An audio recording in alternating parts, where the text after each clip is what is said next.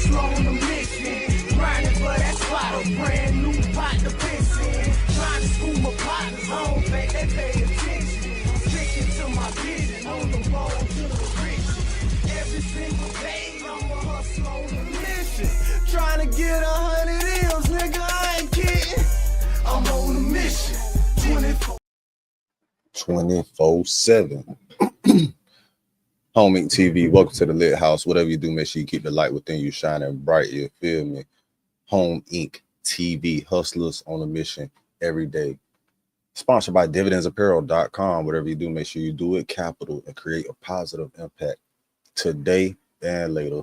Fuck them haters. Get your paper straight like that. Never forget, real niggas do what they want to do. Bitch niggas do what they can. Hoe ass niggas gonna talk about it, and fuck niggas gonna hate regardless. I promise you that. And welcome back for another R&R moment. Excuse me. Get you some rest and relaxation with a real nigga reaction right here. We're gonna tap into this documentary on Larry Hoover. You see what happened. President Donald Trump just pardoned that boy, commuted his sentence. You know they gave that man like 800 years. They gave a nigga 800 years, man. Yeah, man, they gave it 800. So we right here gonna check out this documentary, get into the history of Larry Hoover. You know what I'm saying? News this evening, jurors in the Larry King GD Hoover himself conspiracy trial got a chance to hear tape-recorded conversations for the first time today. It's real in the Windy City, y'all. Look, I grew up with a new breed of black gangster disciples. Vice lords that had black souls who was placed in the cycle. Plus I stood on all four corners and played with the hustlers, with the kings and Latin folks who gave a fuck about nothing. It's Chicago, this how we play around here. Niggas be on bullshit every day down here. Just like LA, nigga.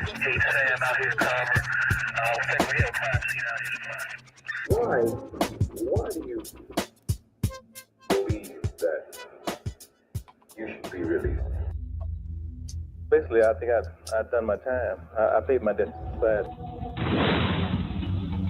Hey, yo, one of the realest things I heard a nigga say was, it ain't where you from, it's where you at. A lot of motherfuckers get it twisted, post up out of town and think shit is sweet. Forget about the natives, the niggas that run the land. Every city has some kind of force. Chicago ain't no different. Shit, this was the home of Capone, the land of Hoover, the city of GDs. And just like any hood, niggas get it. Motherfuckers die. Niggas pull it just to get on. Shit, that's just Chicago's way. From the politicians to the police. It's always that's the world's way. Probably always will be. That's the motherfucking world way. Matthew, I want to tell the people what it's like, man, coming from the Shaolin. Niggas don't know about this shit down here, the gangs and all that. Chicago, I think more than any other city, even LA, is a city of neighborhoods. And I mean, it's not just a phrase. I mean, you can go 4 blocks, 6 blocks in Chicago, and you are in a different neighborhood, different name.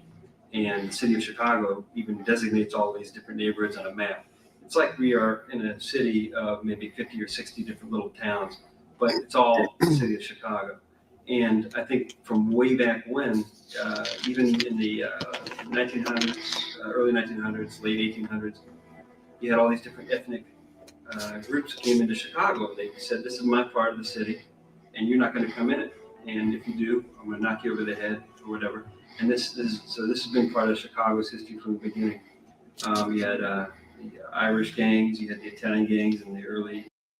Y'all hear that breathing and shit? Why buddy breathing like that? That ain't me. I'm just for the record. The fuck is that? Please? That kind of lived through the mid 1990s. What the fuck is that? Weezy? You had these street gangs, the Hispanic and Black street gangs, and they are dominant in a lot of the neighborhoods in Chicago too. It's the same mentality as all the other ethnic groups had in Chicago. You're not coming into my neighborhood. You know, like, Chicago is known for the takeover, man. You know what I'm saying? We created the takeover. Niggas wouldn't even be able to say they was gangsters if it wasn't for the shot. You know what I'm saying? Niggas say, okay, well, Al Capone in Brooklyn, that nigga wasn't shit until he got here. It was already gangsters here before he got here. You see what I'm saying? That's the part they never tell you about. And it was black gangsters like you and me. You know what I'm saying? Sam Young and niggas that started the lottery. And then that shit went to the Queen and Harlem and all. But all that shit was here. Every gang originated from some type of substance from Chicago. You know what I mean? Whether it was GDs, whether it was Blackstone, Range. The game is the same anywhere. We can go to LA and go out to Compton. You find the same stuff. It's about survival. It's about deprivation. It's about. A real G can't recognize another real G, then that's some bullshit. You know what I mean? Like in this community, goddammit, if I grow up in this neighborhood and this GD's over here, I'm a GD because I can't go over there where the Stones is and be saying I'm a neutron. Niggas see me with the folks every day. So even if you wasn't a gangster, you was a gangster. If that's where you grew up at, that's just how Chicago is. It ain't like we grow up and we say, God damn it, man, I'm finna choose, or my goal in life is to be in the gang. It's just this is just the way of life. You know? You is what you is because where you stay at. You BD if you stay in the BD neighborhood. You GD if you stay in the GD neighborhood. You MC if you stay in the MC neighborhood. Wherever you stay at, that's what you is. Break down that. What's the definition of a gangster? Yeah, break it down. Oh man. Oh, I guess the definition of a gangster, man, the strong superior, man, that has a henchman. My definition of a gangster is a stand-up nigga that handle his business how he's supposed to, regardless of the situation, nigga. A gangster is a man, is a real person that handle his business how he's supposed to, nigga. Taking care of your family, nigga, that's gangster, nigga. Putting your people in position, nigga, that's gangster. In a position to do something positive and better their life, that's gangster, nigga.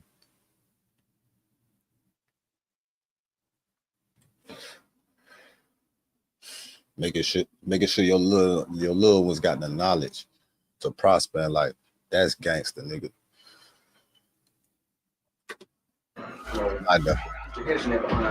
Break down the cycle. Cycle is following. Tell me about some of the games that you seen while you was growing up. Every last one of them motherfuckers. If you're not in it, you're around it, you know somebody is doing it, you know what I'm saying? It's just a life here. You know, they got this shit out in LA, but this the home of the original gangbangers, man. I mean, if you can't do it here, you can't do it no motherfucking way. And I agree with that because Chicago's known for people like Al Capone and all that. But let me tell you, which one do you think was the most influential gang during your upbringing in Chicago? Them gangsters. Them GDs, baby. Them GDs was on their shit. But that's because I grew up on St. Anne Street. But them, you know, the Stones was doing their things. And, you know, shit, when I was young, shit, we didn't even think Larry Hoover was alive. And then I went to school with one of his sons in grammar school. Then I went to school with one of his sons in high school. I used to be like, damn, this shit is for real, you know what I'm saying? But it ain't no myth, it ain't no joke. Niggas do get their ass whooped out here about them gangs still. Stand the fuck up. I'm from the city of Al Capone, Larry Hoover and Jeff Ford, Fluky Stokes, King David and Willie Lord. Bang out, hats to the right of the left. Jump niggas in they side till they lose their breath. Stomp niggas up with. I don't know what's up with the music copyright, so I ain't really trying to listen to too much. Killed a lot of people. No, man. They kill Tell me what it's like coming from Chicago, GD town. What's that like? Man, it's kind of hard, you know what I'm saying? If you want GD, you probably was getting beat up. If you want BD, you was getting beat up. Right. From the low end, from where I'm from, you know what I'm saying? I stay down on 41st, but everybody gang bang at 43rd, Stateway, all that, you know what I'm saying? But, I mean, you know, they had their thing. Coming up with the wild hunters, man. Yeah, you had to be claiming something, you had to. So what block things going there. What block you come from? He wanted to talk about coming up in the era in the GD era. It was rivals. You had the GDs, you had the brothers. I came up in that era. I want to talk about era. We talking about Larry Hoover, man. What's up? It was all time on the street because you could get into that because I don't understand enough about this to get. I can deal with what we get to deal with. See, the reason why a lot of niggas don't be talking about GD because they got the wrong perception of it. Everybody's still talking about Gangster Disciples. That's more like in the 80s, man. It's bigger and better things. It's more about growth and development. It ain't just about not talking. It's about knowing your constitutional rights. Tell me, in your opinion, what is What does GD mean to you? What is the, and we don't have to specify GD. What Like does growth and development. I'm not answering that one. what does GD mean to you, or just in your upbringing? What that is, I really don't know. Everybody here know what that is? Gangs ain't just not started. There was gangs before these black gangs came even into existence. There was gangs before that. There was the Hamburgers, and some of the other Irish gangs that was coming up. And they were killing people. They was extorting people. They were doing all the things that they say blacks are doing now. And the thing is that they went on to become legitimate. And we're going to talk about gangs before all this in 1970s and 60s and shit like that. The KKK is a gang, man. We're not going to just sit here and act like the Ku Klux Klan is not one of the original fucking gangs of America, nigga.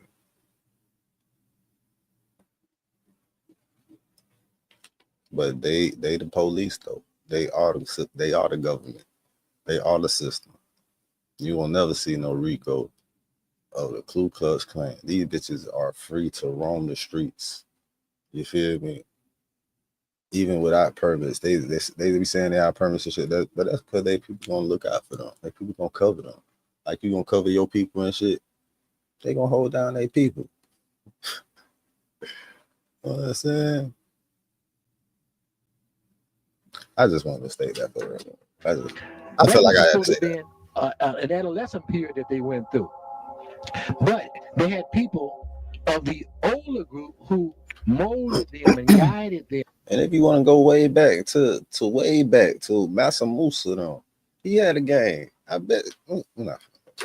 Into City Hall, into the Musa gang? into the other departments of government, and now they are upstanding citizens within the society in which we live.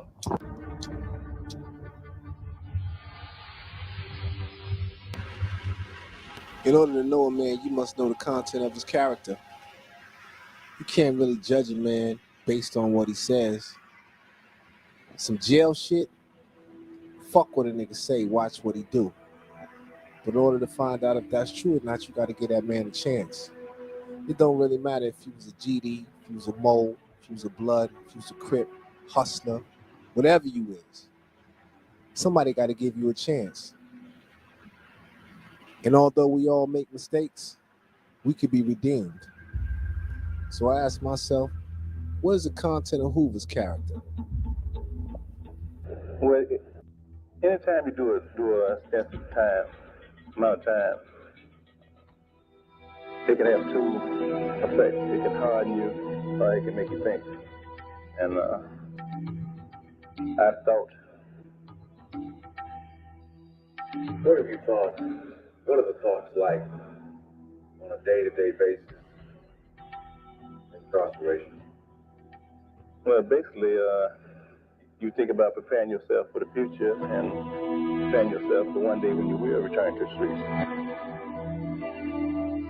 If you're prepared, if I'm prepared, I've got employment. I want to do something for the community. I see these kids coming in here every day with 10, 20, 30, 40 years. Their life is wasted just like I wasted mine.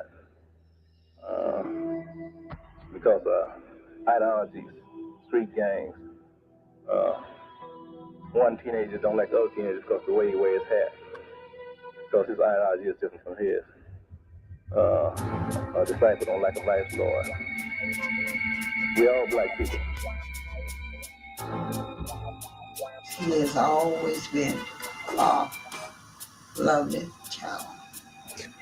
And all this stuff he gotten into, I don't know why and what reason he to get into it, because he was a child that's always understood. He would go out there, if he took a little way and went to the NP. At that time, we had A's and P's and deliver people's groceries. They was gonna bring that money home and give it to me. He made sure that we didn't suffer, even of a kid coming up. That's the type of person Larry was. Well, you know, first of all, it was just an honor to meet him. You know, he's a quiet person, highly intelligent, you know, very nice, you know, very good brother. And we had an opportunity to meet. He was somebody that all my life, I used to be a GD. So brothers had always told me that he was somebody, that I was somebody that Mr. Hoover would like to meet. And that I would, and that would, you know, embrace me. And I was always thinking. Only have one now, two is deceased. But Larry was always understanding. He was the oldest. I did have three brothers. Excuse me, that man had no for him. He was only have one now. Yeah, who was only sister. Family orientated, and he was a good brother. You know, we had three brothers. Well, I did have three brothers. Only have one now, two is deceased. But Larry was always understanding. He was the oldest. He was the oldest. You know, during holidays, he was always there. You know, Christmas time, by my mom being the mom and dad in certain situations, he would always say, "Mom, don't worry about me." Mm-hmm. Make sure Diane and Ronnie and Charles Ray was taken care of. You know, we had a lot of good times together growing up. Giving it to you from a neutron's perspective, Larry Hoover stopped a lot of bullshit in the hood that the police could never stop. He's an excellent guy. I remember once when we was about 10 years old, we was playing in the street, and a guy he was playing on the pole, and a fellow had put me to sleep. So exposed me till I remember Fred put me to sleep, and I fell out on the street, and all other chumps was around laughing, and nobody gave me my age but Larry. What Larry do? He picked me up, shook me out, got me back to consciousness. When I think of Larry Hoover, I think of two scenarios. One is this monster that the government wanted to create. This was this horrible person who ran a gang from a prison for over 20 years. And then I think about the Larry Hoover, the individual that I know, who is a very bright, very articulate, a young man who has the ability to influence people, to encourage people to do the right thing, a person who is just a very dynamic individual. All I can say is that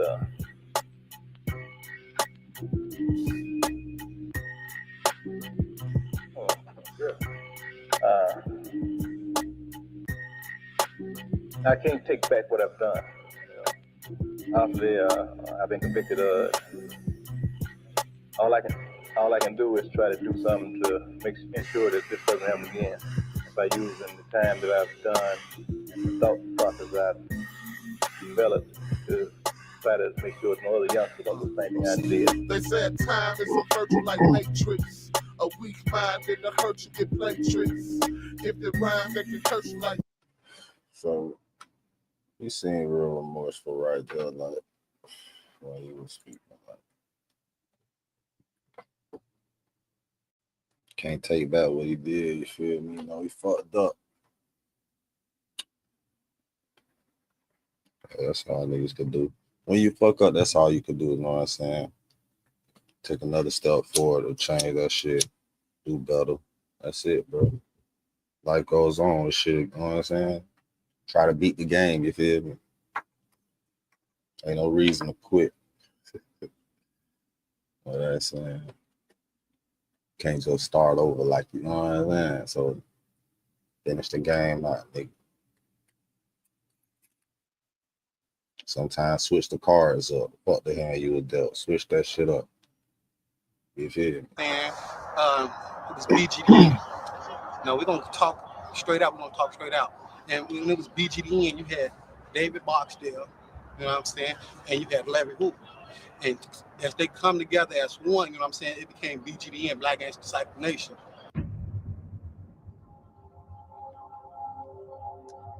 In 1969, we combined forces and we established two kings and two princes.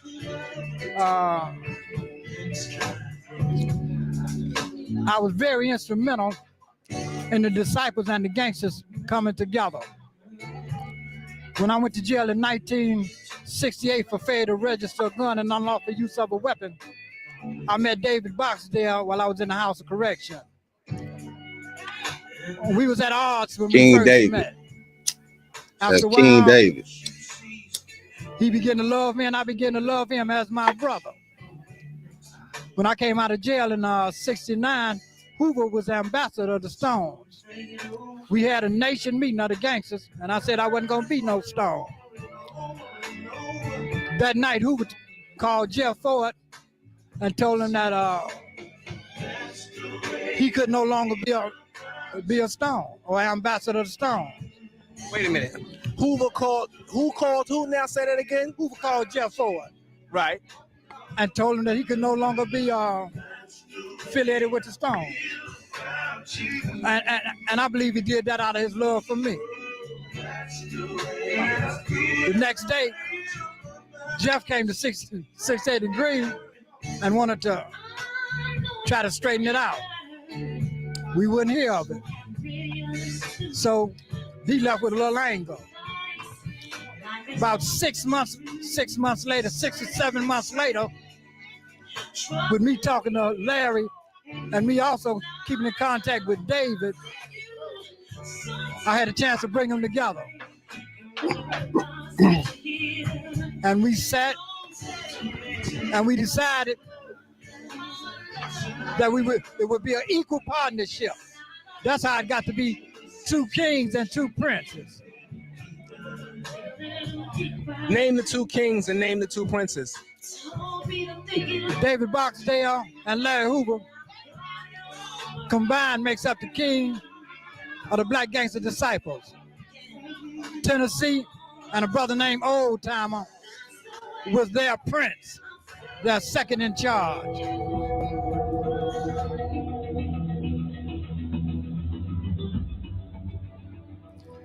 With the players of power in position, Hoover and Barksdale start to flourish.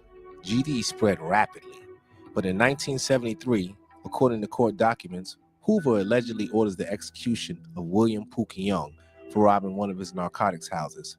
Hoover is arrested and charged with murder, and although he never pulled the trigger, Hoover is found guilty and sentenced to 150 to 200 years.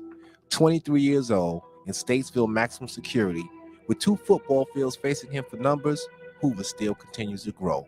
While incarcerated, he starts to establish guidelines for his followers. And like any good thinker, he puts it down on paper, and the paper is known as the blueprint.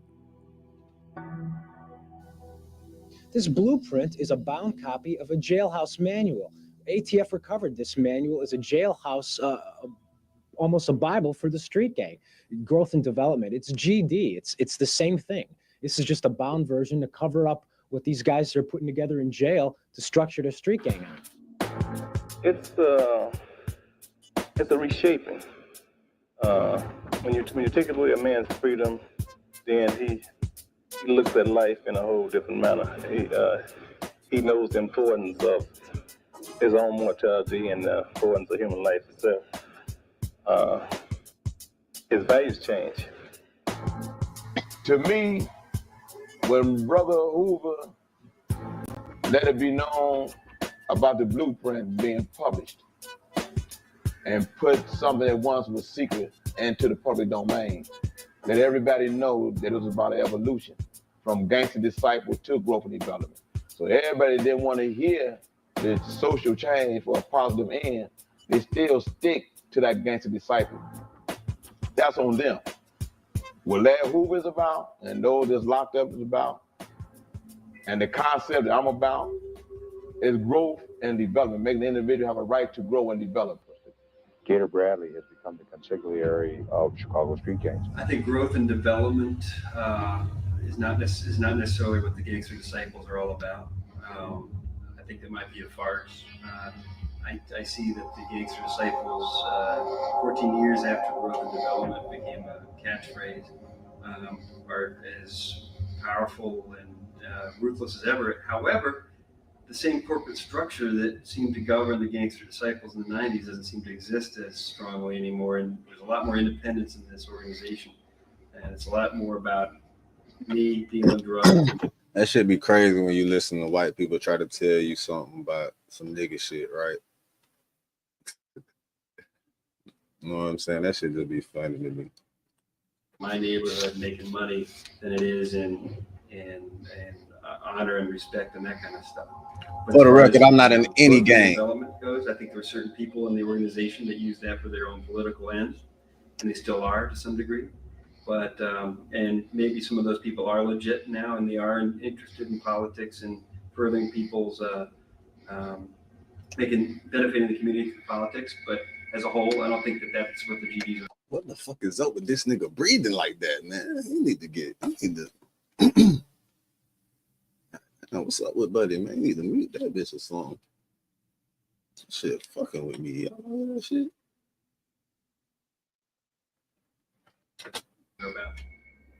By 1987, time had brought about a change. Hoover had gone through the metamorphosis from gangster disciple to growth and development, but the authorities said it wasn't so. According to the authorities, they said he was dealing drugs. They said what made this easy was the constant flow of GD members' movements in prison and the streets. In other words, he could just give an order and have someone deliver whatever.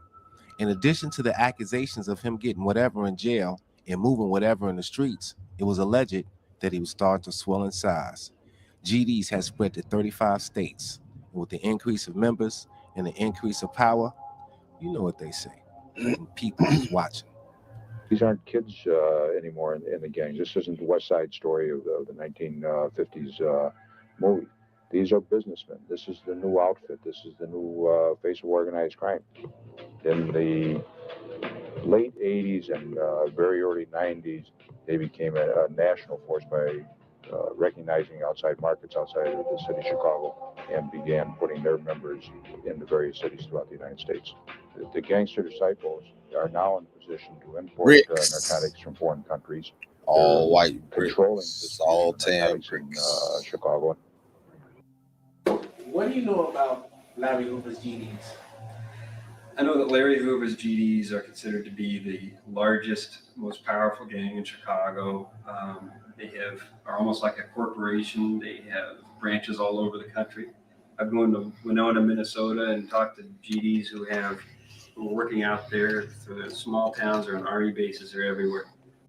Larry Hoover devised while he was in prison a structure that would mirror a corporate structure. He placed himself at the top as chairman of the board of directors. Immediately beneath him was the board of directors. Approximately half of those members were incarcerated, and they controlled the prison system.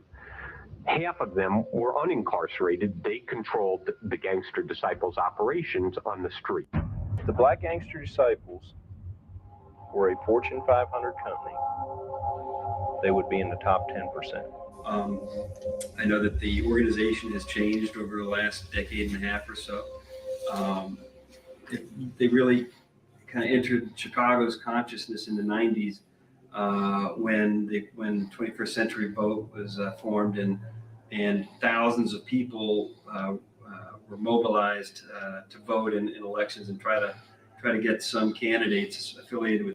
Fuck what this white man talking about, because this breathing that this nigga doing is really pissing me off. It ain't pissing me off, it's just bugging me. Like, that shit just, I can't stop hearing that stupid ass shit, bro. He belonged to a gang that he helped develop, helped create. He went on to become the mayor of this great city we call Chicago, along with the people that grew up with him, his friends, his buddies, his allies. At one time, they had their fingers in everything in the city, things that were illegal. And then they began to get off into business. About this federal case and went away for. Real gangsters don't kill each other, they go to the polls. That they looked at that statement as an attempt for GD to be legitimate.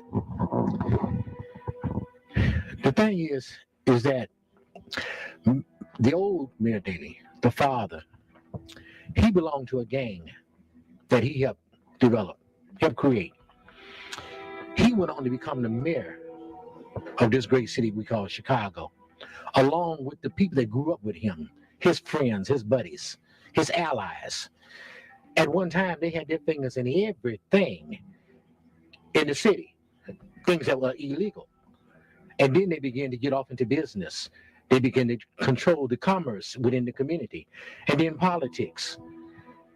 It is a natural growth process for people who do illegal things. I just said that shit, didn't I? To at some point, I ain't said about him, but I said get a clue. I just said this. About this ain't working for me or my kind or my community. And so therefore, let me get off into business. Let me get off into politics. When Larry began to talk in those kinds of terms, they put an X on him. Of course. It is what it am, though. Because that's power. You got a person. When you're moving with them many units, and now you talk about that, and you moving the people to get to that world of they shit. Nah, they don't want to have it. So they gonna put 1,000 years on your ass. They gonna put 1,000 on your ass. They gonna put 1,000.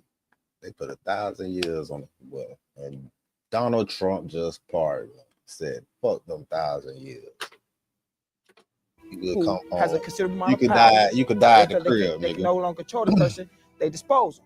If he's a leader, they dispose him. That's what they do. You know what I'm saying? And what they feed through the media is propagandized. You know what I'm saying? You know what the news is. News is opinion based with twisted fact. That's all it is. Now it'd be factual situation. You know, he is who he is. You know, people put a whole lot of negativity on it, but in the raw, when these people out here see a powerful black man who can get together a bunch of people like that at one time, you know what I'm saying? Sometimes they don't want that. You know what I'm saying? Still All the time, incarcerated they and don't definitely never a want marked that. man. None of the According to the time. authorities, They don't want that shit none of the time ever. Twister.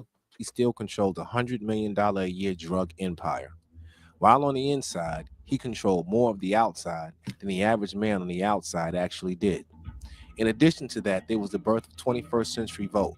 It was a time that he would take his organization into the political arena, thus enabling jobs for his community. As negative as the government alleges, makes me think of one of the oldest cliches said. Can a negative be turned into a positive? According to the authorities, hell no. Every man can change. Every day you change. You can't never persuade the person. Your actions got to show whether you're changed or not. That's the only way I can answer that. My actions show that I've changed. My actions up to this point show that I'm trying to make a change, trying to be accepted in this way. He's trying to override everything that he's did wrong, and I know this. You know what I'm saying? And I know this, and I can't knock that man, because if that's the case, how I'm gonna knock everything I've been through, and now what I'm trying to do is possible. But I don't think you can mix gangs and guns and drugs with a progressive and a right process. You just can't do that. If the gangs are killing, if the gangs are promoting drugs, how in the world can you call that good? That's bad. 21st Century Vote is the political proponent of this whole evolutionary change. Okay? It's a gang force using a political banner. The concept is to make them niggas vote. I think a lot of it is political. He was a black man that had the power to come out and galvanize votes across this country.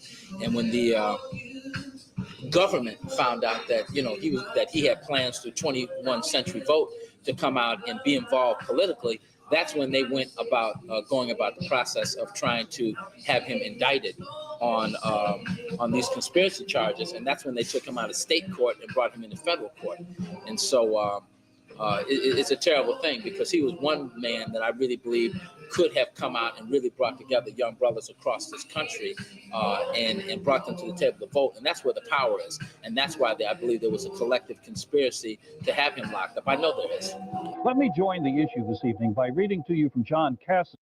Can you imagine if Larry Hoover would have had plans to run for governor or mayor or some shit, and he would have got in there with all the power and shit that he had, with everybody voting for him, with the whole gang,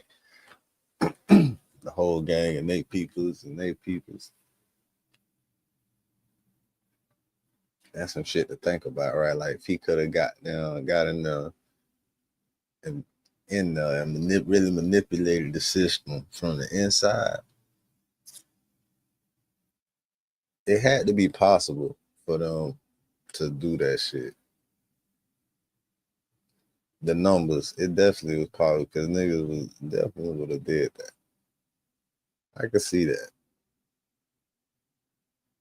But all them GDs, if he would have really made a run for office, like, or some shit like that,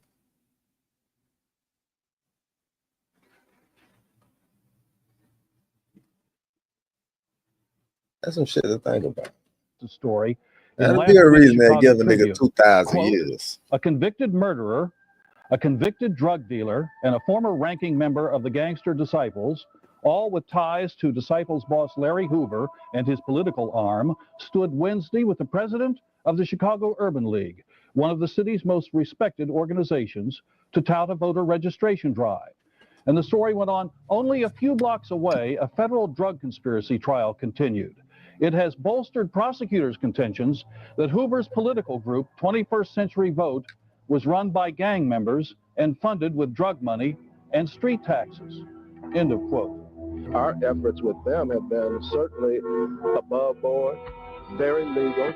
We do not condone any type of criminal behavior by 21st Century Vote members if they are involved, or anyone else.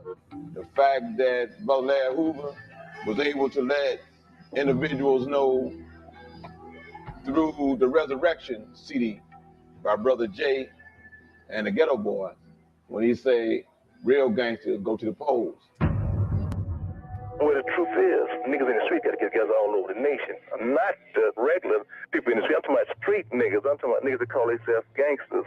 Real gangsters go to the polls. Look, yo, what up, y'all? This is Common. I gotta say, I grew up in Chicago where it was brothers and folks and Larry Hoover, everybody knew about Larry Hoover and him being a leader and him doing some things in the community.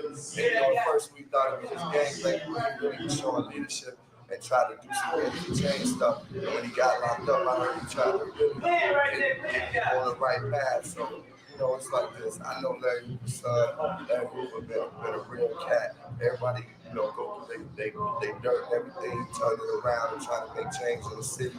We got love for Larry Hoover. We see the brothers and the folks coming together. It's all love, so y'all stay up, baby.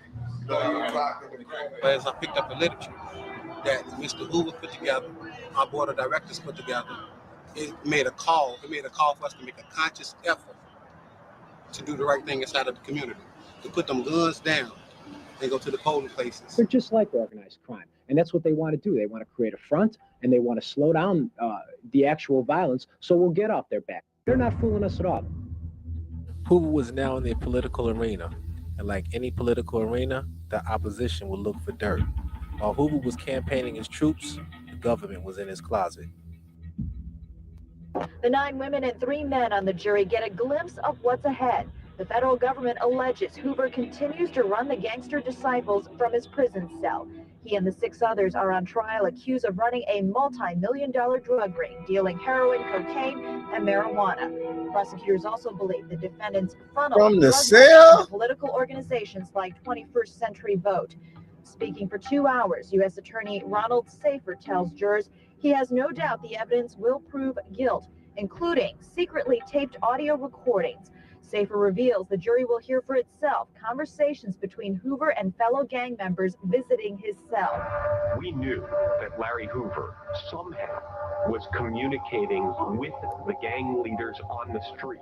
Because one thing everybody was agreed on, everybody we talked to inside the gang, anybody we talked to who had observed the Gangster Disciples, Larry Hoover was calling the shots. It wouldn't take long before the government would find the skeleton it needed to bring him up on more charges. Because of his political ties and the GDs being under the authorities' microscope, it made it easy to blame street activities on him. As Hoover slept, the feds came on August 31st, 1995, 4 o'clock in the morning. Hoover was commanded to get up and get dressed. He was taken to the warden's office and met by 3 carloads of federal agents. He was handcuffed, rearrested, put in an unmarked car, and driven to an airport. Arriving in Chicago at a federal courthouse, a judge informed him of his new drug conspiracy charges. Hoover stood stunned and pleaded not guilty. What's so profound about what's happening now is the fact that my brother is locked up, been locked up for 30 years, and every time something happens in the streets, they attribute it to him. There's renegades out there that's not adhering to the leadership call. Being in jail is fucked up as it is. Thanks. But when you're in a lot jail, of when renegades. you fuck up, you usually get a Niggas ain't ticket. listening. They'll take some good time off of your shit. But Hoover wasn't looking at good time. Hoover was looking at life.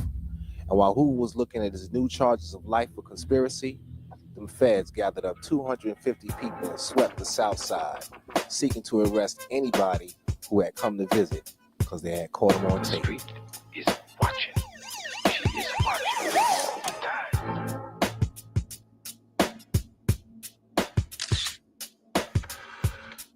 The street is watching. She is watching all the time. Cops is watching, the streets is talking.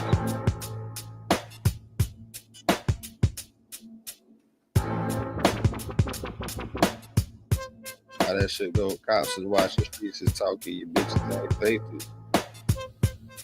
With the police sweeps, the authorities felt they had enough to crumble Hoover's organization. But because Hoover respected the game, he knew better than to talk on the phone. He knew they'd be listening. So the authorities flipped the script and turned his visitors into guinea pigs.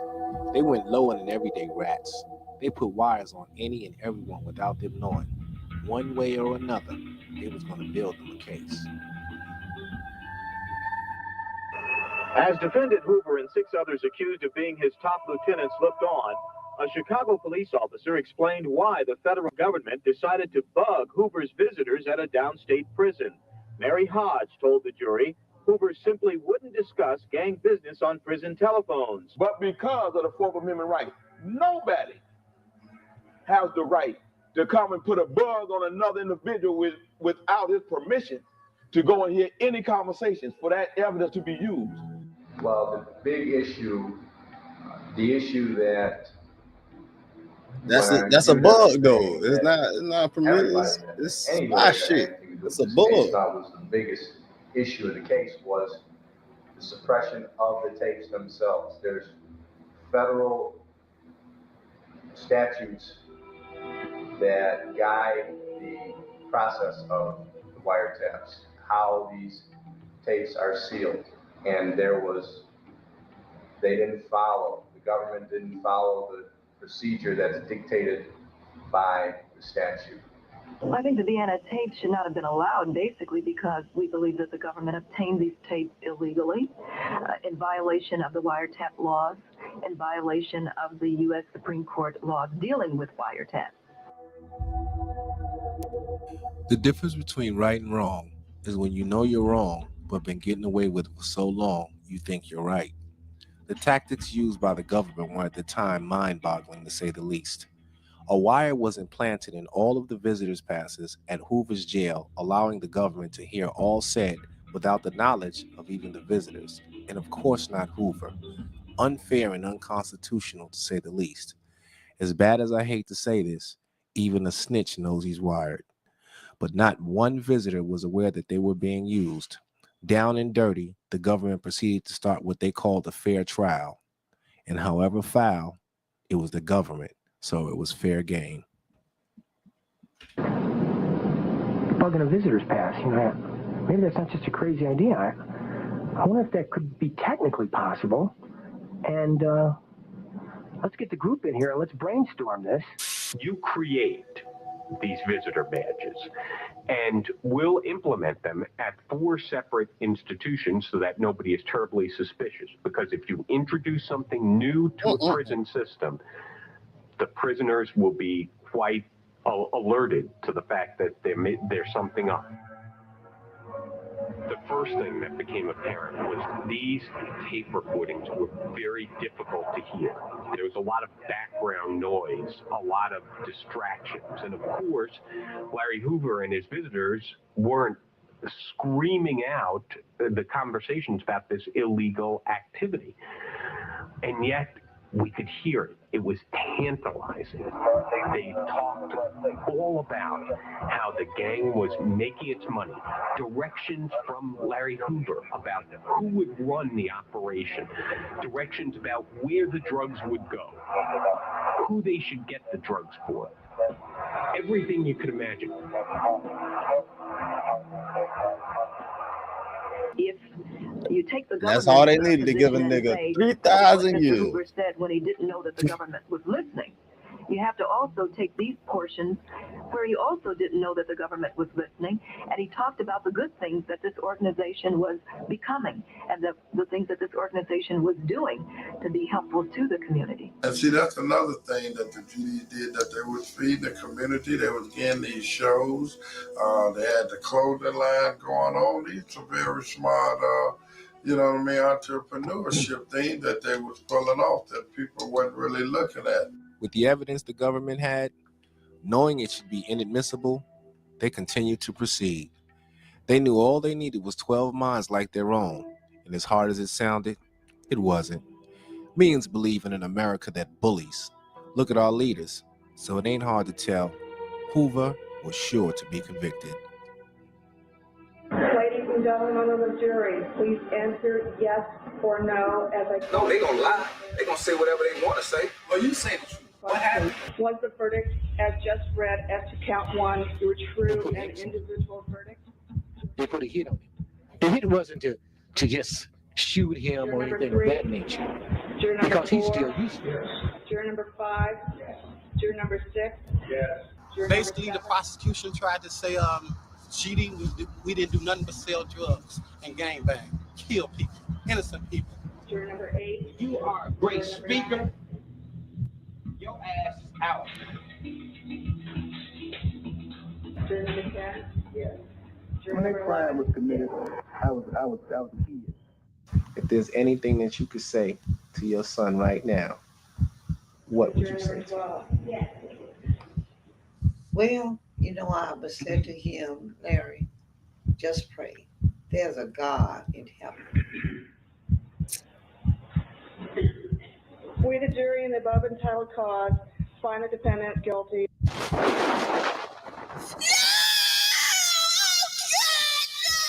They say you should never judge a man until you walked in his shoes. And if you was in Hoover's shoes, you'd be walking for your life. And with Hoover literally doing just that, what else does he have left? With his newly added 6 life sentences, 7 2-year sentences, and 4 3-year sentences, on top of his original charges, all he has left is hopes of an appeal. Gave a nigga And an appeal is a 5,000 constitutional years. right granted to all, no matter your personal opinion or your belief. It is a process that acknowledges the possibility of wrong in a case. And this process is and can be used for the prosecution as well as the defense. Trump Based on barring the that present shit. laws that govern, the They case gave a isn't nigga over. 5,000 years. Trump said, nah, bro, you go ahead and die at the crib, bro. Especially if it's by the law of the land. You go back home, bro. Oh, that if that due process of the law, they should give it to him. So he You about 80 something, bro. Go ahead, go back home with your people So for a all minute, those bro. they told and lied on you. For what? You done Hoover survived deserves due COVID and process all for that his shit in the case. pen, all Guilt or that the whole innocence is time. not for our judgment. Judgment should be for right or wrong. And no matter how wrong or right we may or may not be, when you catch a man right to convict him of wrong. And until you do that, how can America lead? How can you expect one to believe in justice when the injustice still continues to play? And trust me, son, there's an injustice being played somewhere right now, and niggas be talking that slick shit about they got game. But understand that you and me ain't got shit on their court. And until we see that there's a Hoover on any block, on every fucking corner, we're going to continue to stay in and out of steel box. And one better, they don't give a fuck what you are. Gangster, blood, Latin king, neutron, whatever. In their own words, ignorance is no defense in a court of law. So now you know. See what you niggas do with it.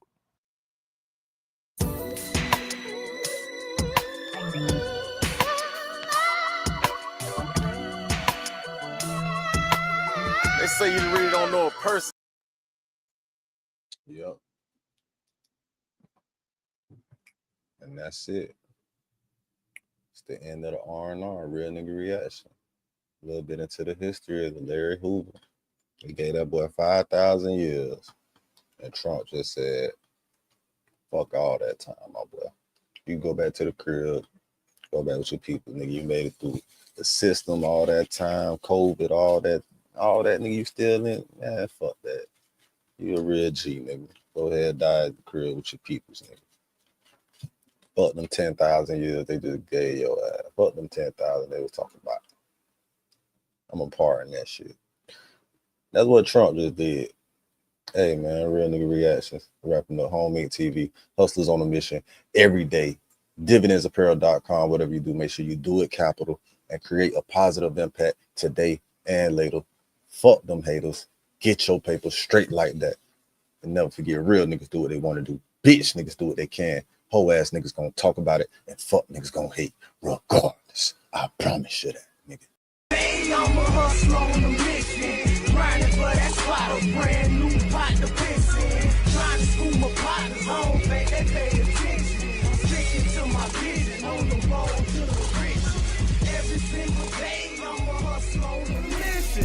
Trying to get 100 M's, nigga. Get 100 M's, nigga. I'm on a mission.